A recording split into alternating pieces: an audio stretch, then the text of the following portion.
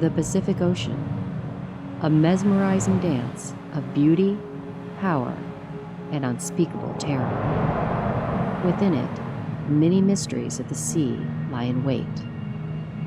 Some of these mysteries are surrounded by tales of harrowing glory or defeat, like the tale of the USS Conestoga.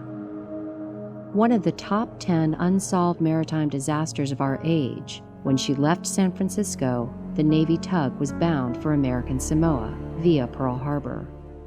Not long after leaving port, the USS Conestoga would vanish, leaving scant evidence of the events that befell her and her crew.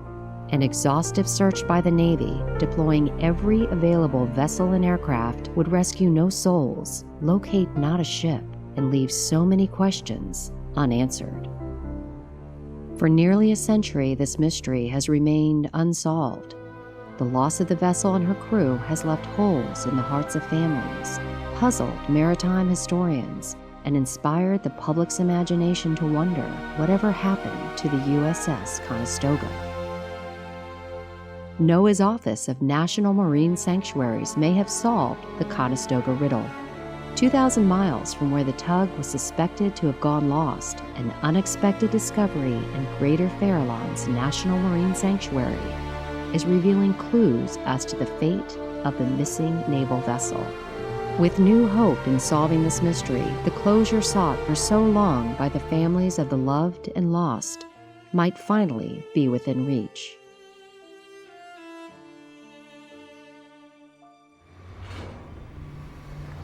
In 1904, the Maryland Steel Company in Baltimore, Maryland, completed construction on a ship that was likely destined to have an unremarkable career by maritime standards. Like most vessels of similar construction, the seagoing tug was the often overlooked workhorse of seaports and navies. At 170 feet in length, constructed as a supply mover for the Philadelphia and Reading Railroad, Conestoga served her initial owners well before being purchased by the Navy in 1917. It was then that she was refitted for minesweeping and fleet tending in service to her country at the latter part of the First World War. From this point on, her fate would be intertwined with that of her crew, a collection of men from across America, several of whom had never seen a day on the water before meeting her deck with their feet. They were young men like Seaman Second Class Charles Joseph Ballant from Passaic, New Jersey, who was only 16 when he enlisted in the Navy, or boatswain Harvey Herbert Reinbold of Bethlehem, Pennsylvania, a brother to at least 6 siblings. And you would also find Mess Attendant First Class Edward Wilson, one of the first African Americans to be allowed to serve on an American naval vessel. They would be led by Ernest Larkin Jones of Walnut Grove, Kansas. He has to take this older fleet tug and take it across the Pacific, dropping off a few men at Pearl Harbor, and then to proceed to American Samoa, where she's going to become a station ship. An important job, basically the floating representation of the United States Navy in those waters.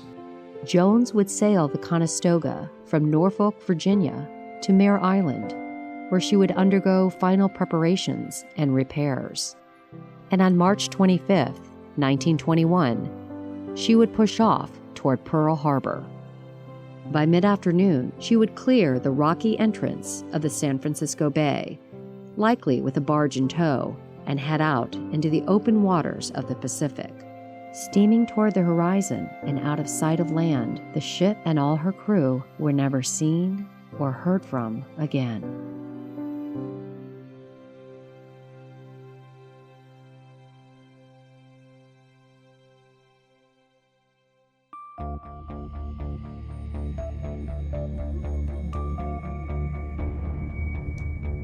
Bob Schwimmer has a list, about as long as this arm, of sonar targets from a variety of surveys. In particular, we were working with a 2009 survey. It had a series of targets, some of which looked like they might be shipwrecks. We decided we'd go check those out. One of the targets of interest was certainly a shipwreck, as it was revealed with the multi-beam survey. We had no historic record of a shipwreck of 170 feet in length, so we were very curious to investigate this site. One of the most important parts of doing the work that we do in NOAA's Office of National Marine Sanctuaries is better understanding what's in those sanctuaries. Of course, when they're designated and created, you do research. You know, for example, with Farallones, that there's close to 400 shipwrecks out there. But knowing that they exist on a list or in a newspaper story dating back 100 years is very different than actually going out there and seeing, yes, there is a wreck, this is what's left of it, this is what it can tell us if we do archaeology, and this is how it has interacted with the marine environment and in some cases has become habitat. But this is exciting to actually find a vessel, be able to identify the rig or the service of this vessel, and then do our detective work to try to piece together the puzzle and give her a name and tell her story.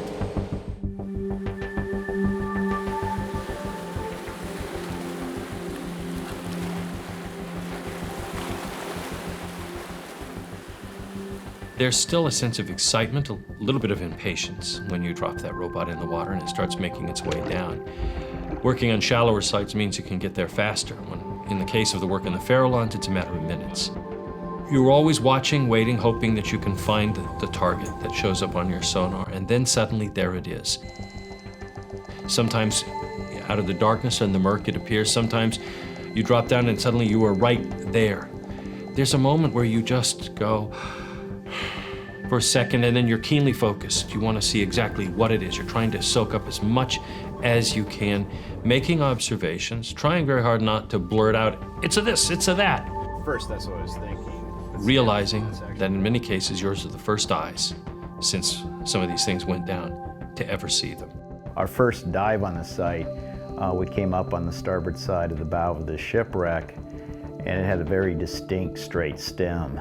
My colleague, Dr. James Delgado, recognized the ship as a tugboat. Of course, Bob was like, are you sure? Well, let's start looking. If it is, there are going to be other things that we'll find. That's the top of the engine. Ambient. Oh yeah, look. Cylinder head. See? But what we're going to want to be looking for down below is traces of boilers as we start to move. We should be seeing at some stage a boiler and a steam chest. Light anytime.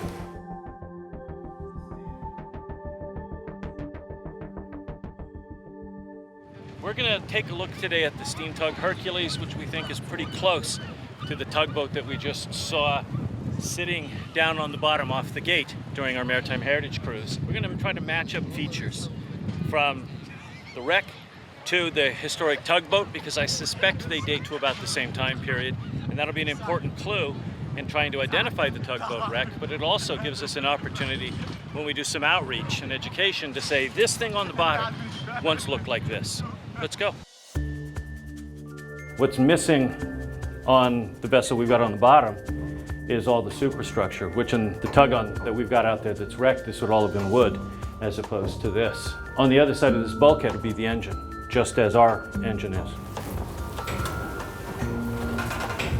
When we were on the wreck and the ROV came in, we flew past the tow winch and we came right over and we stopped and we hovered right here, and we were looking straight down on the top of the engine of the wreck.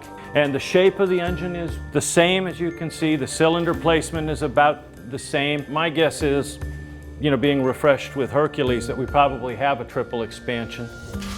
So in comparison, this actually, seeing this vessel above water, it gives you a context of size of what. Because underwater, you're only looking at one portion of the ship at a time. The more we looked at Hercules, I felt Bob, everybody began to better understand and began to reconstruct in our mind's eye the tug we saw on the bottom, from a wreck covered with marine growth into the tugboat it once had been.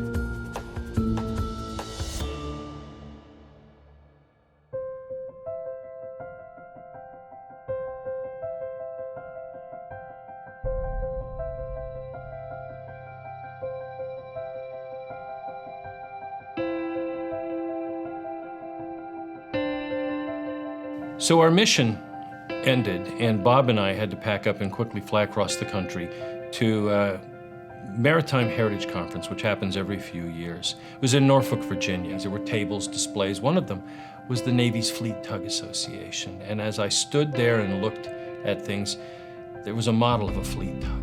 And I thought more and more, as Bob and I had discussed, maybe it's a military tug. Ironically, the room that I stayed in overlooked the Norfolk Navy Yard. And I recall seeing tugs moving in and out, towing barges through the harbor there.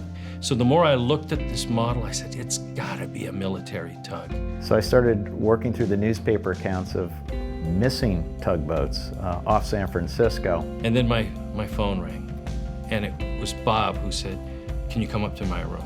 And I was struck by this article out of the San Diego Union, 1921, about a tugboat, a military tugboat, USS Conestoga. So he had brought the discs, the hard drives, with all the video footage, and he was going through it bit by bit.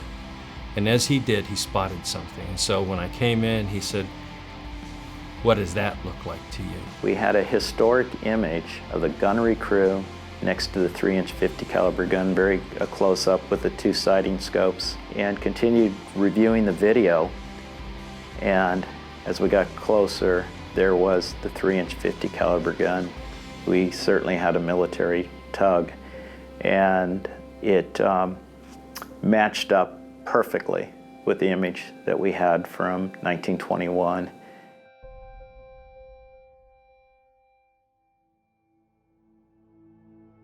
No matter Conestoga's historic significance, whether it captured a headline or not, or what it did during the war, when that ship went missing, what made it important is that there were 56 guys on board who had families, people who cared about them, who wondered what had happened, and who never had an answer.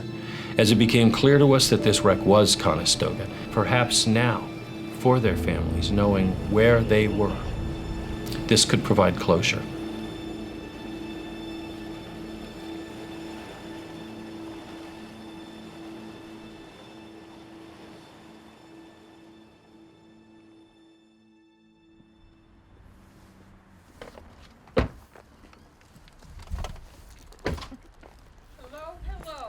Hi there. What an honor it is to meet you, Dr. Delgado. Jim, please. It's so nice to meet you. Diane. Nice to meet you. Thank you. My pleasure. And this is Pam. Hi, Hi, Pam. Diane. Nice to meet you. Same here. And that's David. Hi, David. I have a son named David. I won't forget that. Yes, stories go back to my earliest recollections. That's the only one I have. You have to pick that one up to see it. The only one I have of him holding my mother. Oh. So Aunt May made a christening dress, and I have it in my mother's handwriting that my mother wore it in that picture, and then she passed the same handmade christening dress down, which my 2 children wore. So life goes on, and there are traditions, and unfortunately a loss cuts so many of those. What I think happened is that they left the Golden Gate. They sailed into a storm. The winds were building to gale force. They had 30 to 40 knot winds. So the sea is building up.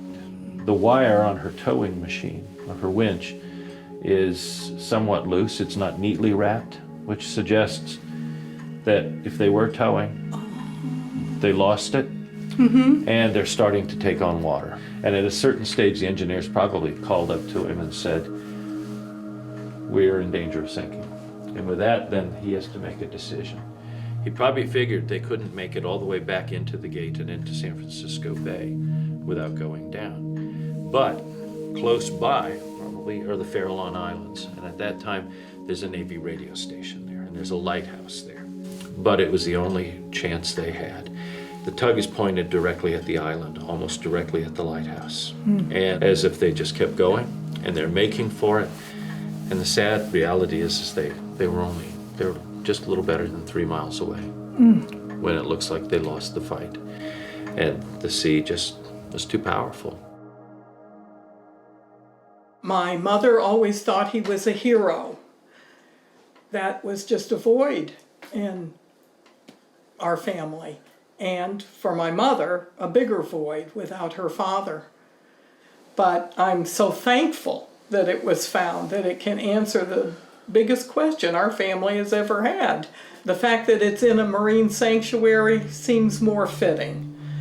It's just natural. And that I know it won't be disturbed. Thank you. Thank you. We'll see you soon. Yeah. Diane, thank you. And you. Oh, Bye-bye. yes, on the 23rd. Yes, ma'am. Bye-bye.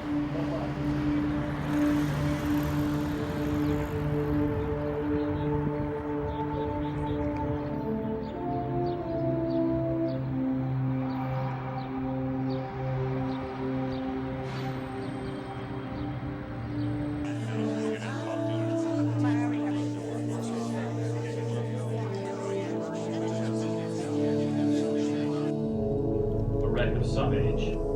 The student of marine life indeed speaking to the fact that it is in a sanctuary. We have been given this great responsibility to share this story with the family members, and the American public. So this is my great uncle, Edward Wilson, who was my grandmother's brother. Because it is a great story. These guys are the heroes.